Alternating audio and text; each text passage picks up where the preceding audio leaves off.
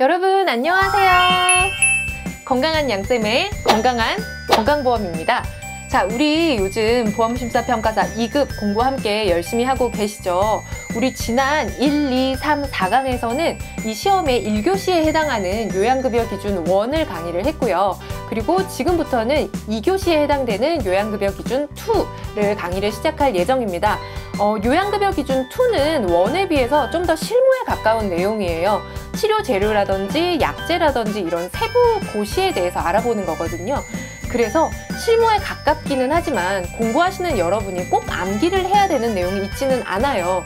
다만 우리가 어떻게 이 수가에 대해서 찾아보고 어떤 점을 중심으로 알아야지 실무에 적용할 수 있는지에 대해서 공부하는 것이기 때문에 문제가 나와 있는 거죠. 자, 그래서 우리가 시험을 위한 공부를 해야 하는데요.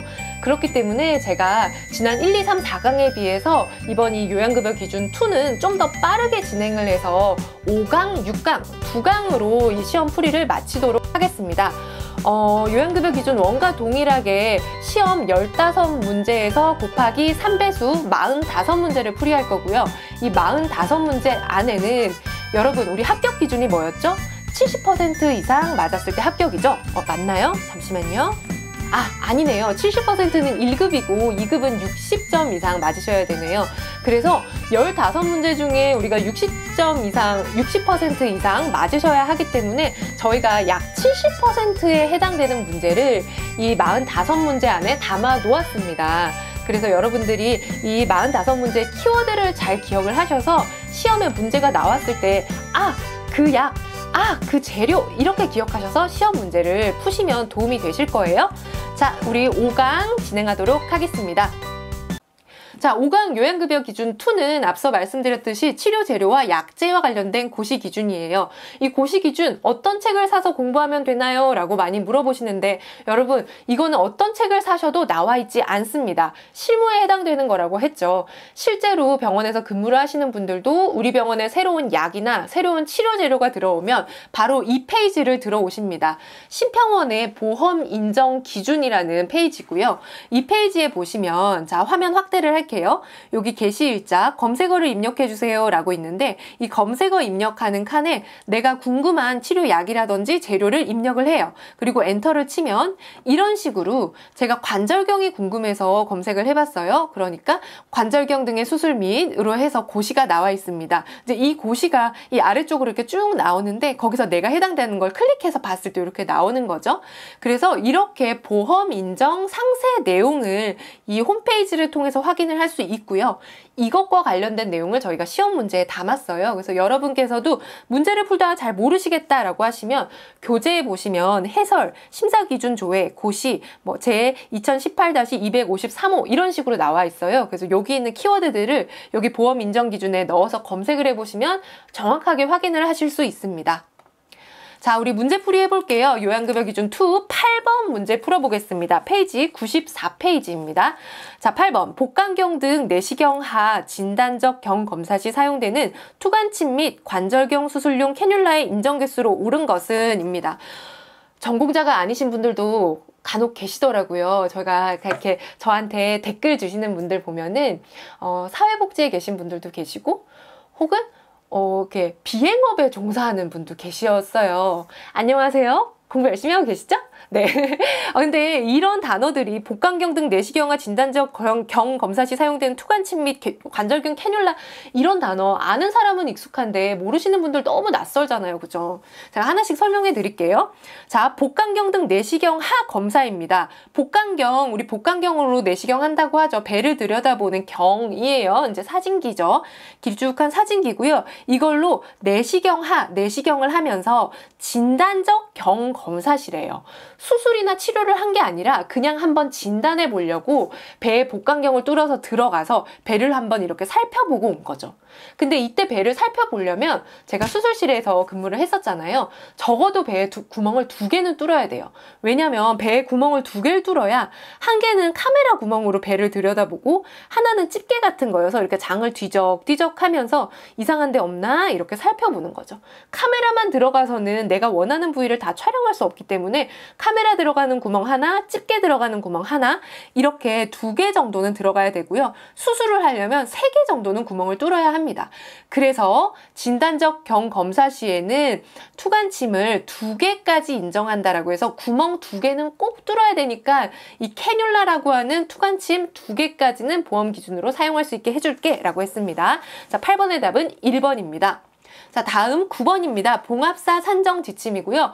이 지침은 우리가 구장 치료 및 수술 및 처치에서 봉합사 산정 기준에서 같이 나오는 얘기인데요.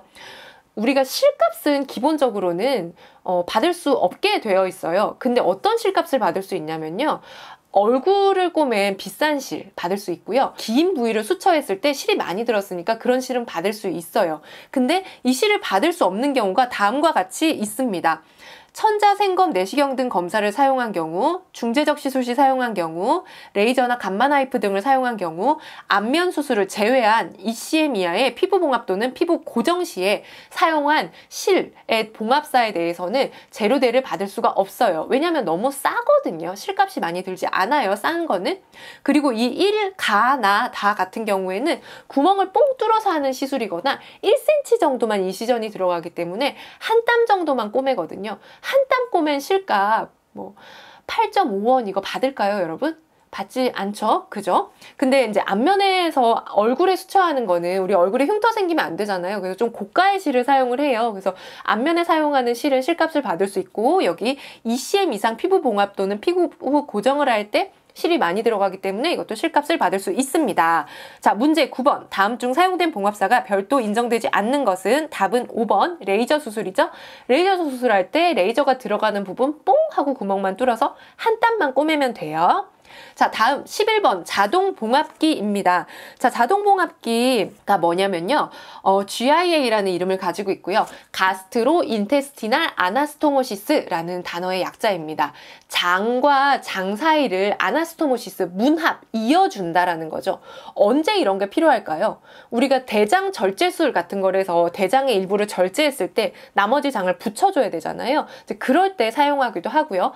뭐 간 절제술, 폐 절제술 이런 경우에도 이 GIA를 사용을 합니다. 그림에는 다양한 GIA들이 있어요. 여기에서 이렇게 막대기형으로 이렇게 길쭉하게 생긴 거는 주로 이제 내시경 하에서 사용을 하는 것들이고요. 이렇게 동그랗게 생긴 것들 있죠. 이런 거는 일체형입니다. 그래서 관 모양으로 된 장들을 이어주는 것들이죠. 그리고 여기 밖에 보이는 이런 것들은 이제 개복술을 했을 때 사용하는 좀 더 큰 기구로 보시면 되세요. 자, 자동봉합기는요. 우리가 이 문제를 풀려면 이 개념을 이해를 해야 돼서요.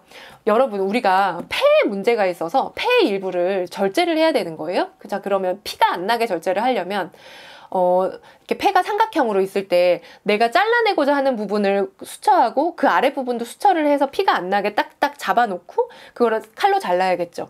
그러면 꼬매는 거 세워라 내워라 걸리고 또 자르고 막 피나고 이러면 일이 많잖아요. 이제 그런 거를 예방해주기 위한 게 바로 이 GIA인데요. 여기 이 면이 보이시나요? 제가 확대해서 보여드릴게요. 자, 여기 보시면 여기 하나 이렇게 가로로 이렇게 쪽쪽쪽쪽 나 있는 선이 스탬플러 하나로 여러분 생각하시면 되세요. 그래서 어떤 조직을 절단해야 할 때, 자, 이 팁 위를 절단을 하는 거예요. 그래서 이걸로 이렇게 꽉 물었어요. 그러면 위아래로 세 줄씩 스탬플러가 막히고 가운데 이 길로 칼이 이렇게 쑥 지나가면서 잘리게 돼요. 그러면 아래 위로 세 줄씩 수처 봉합이 되고 절단이 돼서 이 절단 부위만 똑 떨어지게 되는 거죠. 출혈 당연히 없겠죠. 그리고 잘 꼬매는 의사, 못 꼬매는 의사 실력 차이 없겠죠. 굉장히 수술이 단시간에 깔끔하고 안전하고 완벽하게 절단술이 끝날 수가 있습니다. 이렇게 어떤 조직, 장기를 절단할 때 사용하는 거예요. 개념 이해가 가시죠? 자, 이거는 분리형, 직선형이에요. 다음은 일체형, 곡선형입니다. 네, 이 일체형 같은 경우에는 아래 그림처럼 장과 장 사이를 이어주는 역할을 해요. 이 그림만 보면 완벽히 이해가 안 되실 수도 있는데 장과 장은 사이가 이렇게 가운데가 통과를 해야 되잖아요. 그래서 그 통과하는 부위로 이렇게 이 동그라미 막으로 딱 뚜껑을 덮어서 안쪽을 싹 도려내가지고 이렇게 서로 소통할 수 있도록 해주는 것이 바로 이 일체형입니다. 자, 왜 이렇게 설명을 길게 했냐면요. 자, 문제 11번 자동봉합기 일체형 굴곡경에 일체형 굴곡형의 보험급여 기준에 해당하지 않는 수술로 옳은 것은 해서 보기 1번을 제외한 2, 3, 4, 5는 다 관 형태의 소화관을 서로 이어주는 거고요. 1번 폐 옆 절제술만 똑 잘라내도 되는 거예요. 똑 잘라낼 때는 이거 직선형 분리형을 사용합니다. 그래서 답은 1번이고요. 자, 다음 14번 문제 풀어볼게요. 95페이지 14번. 슬관절 인대 손상 시 재건에 사용하는 동종건의 보험급여 기준으로 옳지 않은 것은 해서 무릎 인대가 손상이 돼서 인대를 이식을 해야 하는데 이게 동종건이 있고 자가건이 있어요. 동종건이라 함은 이 사람이 어디서 왔는지는 모르겠지만 어디에선가 사람의 몸에서 떼온 인대라는 거죠. 인신매매를 당했는지 건이 많은 사람이 하나 떼줬는지 우리가 알 수는 없지만 어쨌든 자 그렇게 돼가지고 포장 멸균이 잘 된 상품이 와요. 그러면 그 인대를 내 몸에 붙이는 게 동종건이고요. 자가건은 내가 만약에 무릎에 어떤 인대를 이식해야 될 때 그런 거를 뭐 종아리라든지 발목에서 조금 떼가지고 내 거를 갖다 붙이는 게 자가건입니다. 우리 오늘 문제에서는 동종건이에요. 이 동종건의 보험급여 기준을 검색을 해봤더니 자 틀린 답은 뭐다? 틀린 답은 3번이고요. 급여 대상 이외에 사용한 치료 재료의 비용은 전액 본인 부담하도록 한다가 아니라 급여 대상이 아니더라도 즉 이렇게 급여 대상 슬관절인 경우에 전방 십자인대 재건 시 자가건 사용이 어려운 경우 이런 경우가 아니더라도 본인 부담률은 몇 퍼센트? 80%로 적용한다 라고 되어 있습니다. 전액 본인 부담이 아닙니다. 자, 틀린 거 답은 3번이고요. 자, 다음 문제 우리 18번 풀어볼게요. 96페이지 18번. 자, 이번에는 약제입니다. 아트라주가 보험으로 인정되지 않는 항목은 이라고 해서요. 이 아트라주라는 약은 골격근 이완제예요. 여러분 이 요양급여 기준 2는 문제풀이 하실 때 좀 어렵게 느껴질 수 있어요.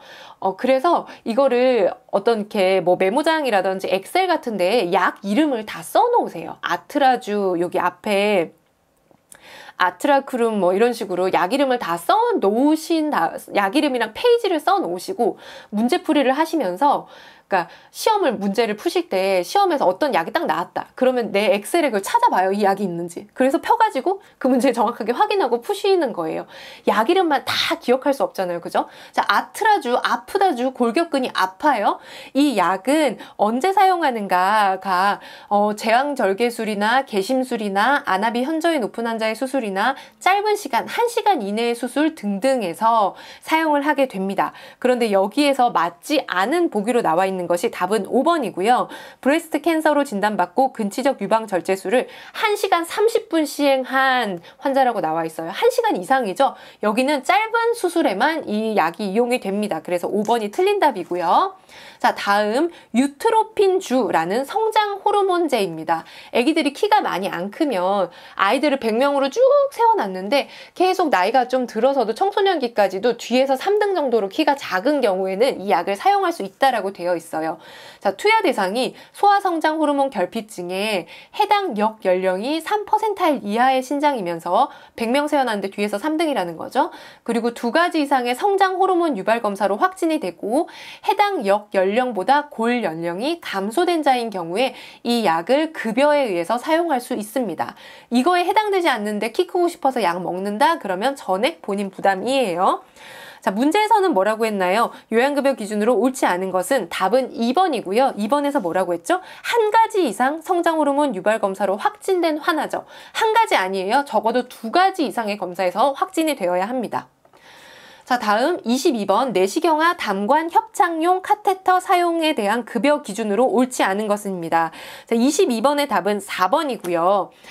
이 내시경화 담관 협착 확장용 카테터는 이제 이렇게 카테터라고 하는 긴 와이어의 끝에 풍선 같은 게 달려가지고 이 풍선에 바람을 빵빵빵 불어 넣으면서 약간 협착돼 있던 이런 어떤 관을 이렇게 부풀려주는 성형술을 하는 그런 관이에요. 한 번 시술할 때 최대 2개까지를 실사용량으로 요양급여 인정한다라고 되어 있어요. 병원에서 3개 썼다, 4개 썼다 그거에 대해서는 요양급여를 받을 수 없습니다. 그래서 2개까지 사용을 해야 되죠. 그래서 이런 것들은 우리가 심사과에서 검사실에 통보를 해줘야 되는 거죠. 자, 내시경화 담관 협착용 담관 협착 확장용 카테터 사용은 시술당 2개까지 쓰실 수 있습니다. 라고 고지를 꼭 해드려야 되겠죠. 자, 치료 기준으로 옳지 않은 것은 답은 4번 최대 3개 이내 땡이죠. 몇 개였죠, 여러분? 2개이죠. 자, 이렇게 푸시는 거예요. 다음 99페이지 28번입니다. 볼리브리스정의 금기 환자로 옳지 않은 것은 이라고 해서 볼리브리스정은 이렇게 빨갛게 생긴 조그만 약이고요. 폐동맥 고혈압 약제입니다. 자, 답만 확인할게요. 답은 28번의 답 5번이고요. 에이즈 감염과 관련된 폐동맥 고혈압으로 진단이 확인된 환자. 폐동맥 고혈압 약이죠. 볼리브리스정. 볼리브리스정 폐동맥 고혈압 진단이 확인된 환자한테 쓰는 겁니다. 금기 환자가 아니라 적응증 환자죠. 자, 답은 5번이고요. 다음 36번입니다. 101페이지 한 장 넘기세요. 자, 36번. 약제의 처방 조제 시 요양급여 적용 기준으로 옳지 않은 것은 이라고 해서 여기 보기에 나와 있는 내용들이 일반적으로 약을 처방하실 때 이 기준은 준수를 하여야 한다라고 하는 겁니다. 답은 4번이고요. 진료 품목상 2가지 품목의 병용 투여는 언제나 가능하다라고 되어 있는데 그렇지 않아요. 약이 여러 가지가 합쳐지면 더 강한 약이 되겠죠. 그래서 강한 걸로 한 번에 치료해버리자. 그런 거는 옳지 않고요. 한 가지를 써서 치료 효과가 완벽하게 확인되지 않았을 때 한 가지 약을 더 투여할 수 있다라고 되어 있는 게 이 약제 처방의 기본 원칙입니다. 그래서 답은 4번, 36번의 답은 4번이고요. 진료상 2품목까지의 병용 투여는 언제나 인정한다라고 되어 있는데 그렇지 않고 진료상 2품목 이상 의약품을 병용하여 처방 투여하는 경우는 한 품목으로는 치료 효과를 기대하기 어렵다고 의학적으로 인정되는 경우에만 하나입니다. 자, 다음 38번 풀어보겠습니다. 여러분 여기 손가락에 붙이는 거 이거 보신 적 있으시죠? 나 혼자 산다에서 이시연 씨가 내시경하고 손에 이렇게 붙여서 98, 99, 0이다. 나 죽었나? 뭐 이렇게 하는 장면 여러분 보신 적 있잖아요. 손가락 끝에 이렇게 딱 끼우듯이 한 다음에 산소 포화도를 관찰하는 장비죠. 근데 이시연 씨가 약간 뒤척거리니까 이게 쏙 빠졌죠? 그것처럼 어린 아이라든지 수술을 길게 한다든지 하는 경우에 이 산소 포화도 장비를 붙여놨을 경우에는 빠질 위험이 있어서 이렇게 테이프로 감아두는 걸 사용을 해요. 근데 이 장비는 한번 구입하면 부서질 때까지 사용할 수 있거든요. 근데 이거는 1,000원이든 2,000원이든 한번 사용하면 버려야 되죠. 그래서 소모성 재료가 되기 때문에 꼭 필요할 때만 이 일회용 장비를 사용할 수 있게 됩니다. 근데 그게 언제다라고 돼 있는 게 마취료 산정 기준 2, 3, 10항에 대해서인데 이 2, 3, 10항이 어려운 수술이나 어린 나이 가산이 있는 거였거든요. 나이가 너무 어리거나 연세 많으시거나 근데 그런 수술일 때는 사용할 수 있다라고 되어 있어요. 그래서 이 말초 산소 포화도 측정용 센서를 인정하는 경우로 옳지 않은 것은 해서 답은 2번이고요. 1번은 나이가 어린 아기죠. 이거 사용할 수 있고요. 3, 4, 5번은 어려운 수술입니다. 시간이 많이 걸리고 어려운 수술 같은 경우에 이 일회용 장비 사용할 수 있고 2번 10세 미만 소아 또는 70세 이상 노인인데 우리 10세는 다 컸죠. 그죠? 8세? 다 컸죠. 몇 세였죠? 6세였죠. 그죠? 6세 미만 소아 또는 70세 이상 노인으로 되어 있으면 이게 맞는 답인데 10세여서 틀린 답입니다. 38번의 답은 2번이고요. 자, 다음 44번입니다. 자, 44번 보조생식술 시 난자치치의 투여 시 약값 전액을 환자가 부담해야 하는 기준으로 옳은 것은 이라고 여기 문제가 좀 어렵게 나와 있는데요. 이 급여 기준으로 옳은 것은으로 여러분 생각하시면 됩니다. 이 문제 우리가 풀이는 하지만 나오지는 않는 문제예요. 그래서 답은 44번의 답은 4번이고요. 여기 나와 있는 이 기준처럼 1일 2회 최대 5회까지 복용할 수 있습니다. 자, 44번 답은 4번이었어요. 다음 문제 49번 풀어보겠습니다. 한 페이지 넘기셔서 49번 부프로피온 패치제는 비암성 통증의 엔세이드의 최대 용량에도 반응하지 않고 마약성 진통제를 필요로 하는 심한 통증에 사용되는 약제로서 인정되는 범위로 옳은 것은 이라고 되어 있어요. 자, 여기 부프로피온 패치제가 약 이름이 노스판 패치입니다. 이 노스판 패치 같은 경우에는 마약성 진통 소염의 효과를 가지고 있어요. 심한 통증에서 7일당 한 번에 20단위까지 인정을 한다고 되어 있고요. 1회 처방 시 최대 30일까지 처방할 수 있다라고 되어 있습니다. 그 기준에 맞는 것, 자, 답은 3번이고요. 7일당 20단위까지 인정하고 1회 처방당 최대 30일 처방할 수 있다라고 되어 있어요.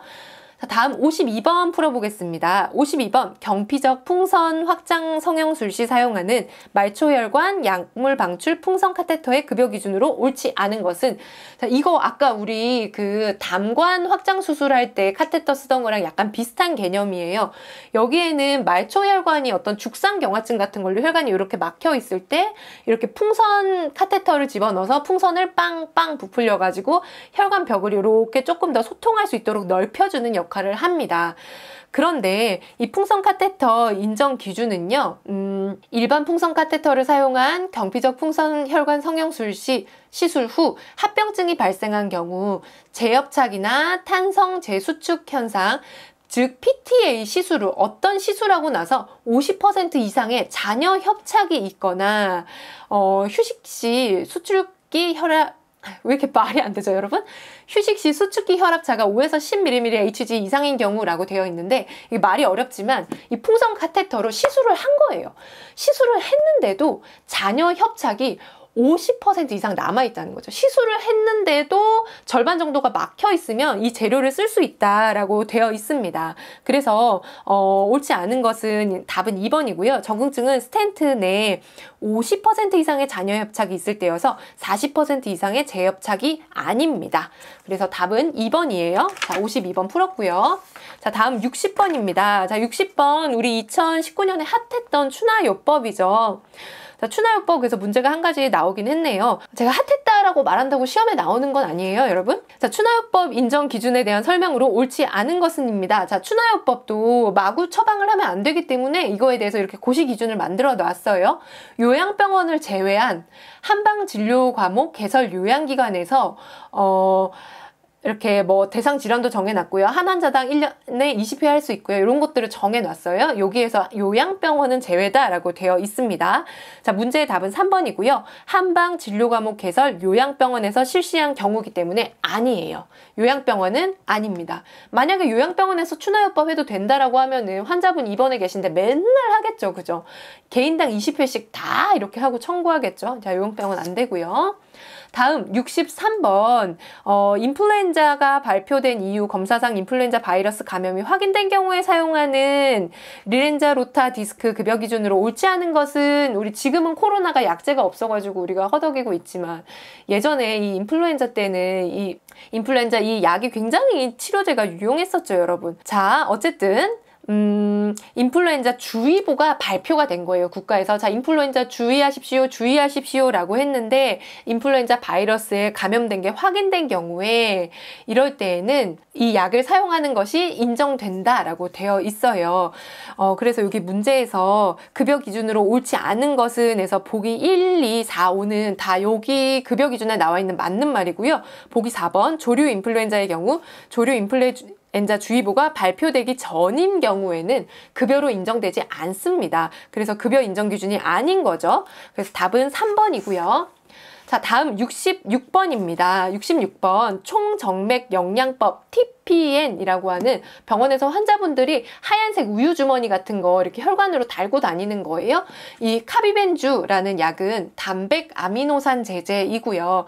환자분들이 수액 공급을 제한하는 환자나 호흡 기능 저하로 주의를 요하는 환자, 포도당 내성이 있는 환자, 중등도 이상의 화상 환자, 장기간에 걸친 의식 불명 상태의 환자 등에서, 그러니까 굉장히 소모성 질환이어서 많은 에너지를 수액을 통해 공급을 받아야 하는 환자들이 이 TPN 카비벤주를 사용을 하세요. 자, 화상에서는 중등도 이상입니다.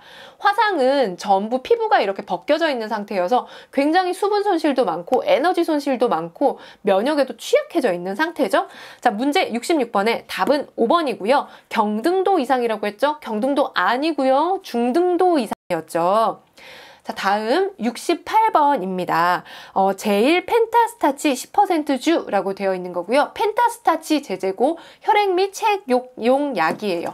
대량으로 실혈이 있을 때 우리가 수혈도 하지만 이런 펜타스타치 제제 같은 걸 통해서 이렇게 혈액량을 보충해 줄 수 있는 역할을 하는 약이에요. 그런데 여기에서 인정 기준들은 여기 보기에 보시는 가나다라마바 있고요. 제가 화면을 확대해서 보여드리겠습니다.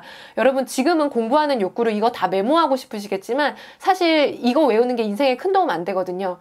여러분께서 병원에 심사과에 취업하시더라도 내가 일하는 병원에서 펜타스타치 제제를 만날 일은 극히 드무세요. 그렇기 때문에 이거 다 메모하실 필요는 없고 다만 이해를 위해서만 한번 확인을 하세요. 네. 이런 경우에 사용을 할 수 있고 해당이 되지 않는 경우가 4번 플라즈마 익스체인지 시 사용 시입니다. 이 플라즈마 익스체인지는 혈장 교환이죠. 혈액 투석 같은 거예요. 이때는 혈액 투석 전용액을 사용하고 이 펜타스타치 제제를 사용하지 않습니다. 그래서 68번의 답은 4번이에요. 자, 다음은 70번입니다. 70번 대웅 졸레드론산 주사액의 인정 기준으로 옳지 않은 것은 이에요. 이 졸레드론산 주사액은요, 골다공증 치료제예요. 우리가 다이어트를 졸라 많이 하면 뼈에 구멍이 송송송 생기죠. 그래서 골다공증 걸린다고 하잖아요. 그래서 졸레드론산 주사액은 골다공증 치료제입니다. 이렇게 외우세요, 여러분.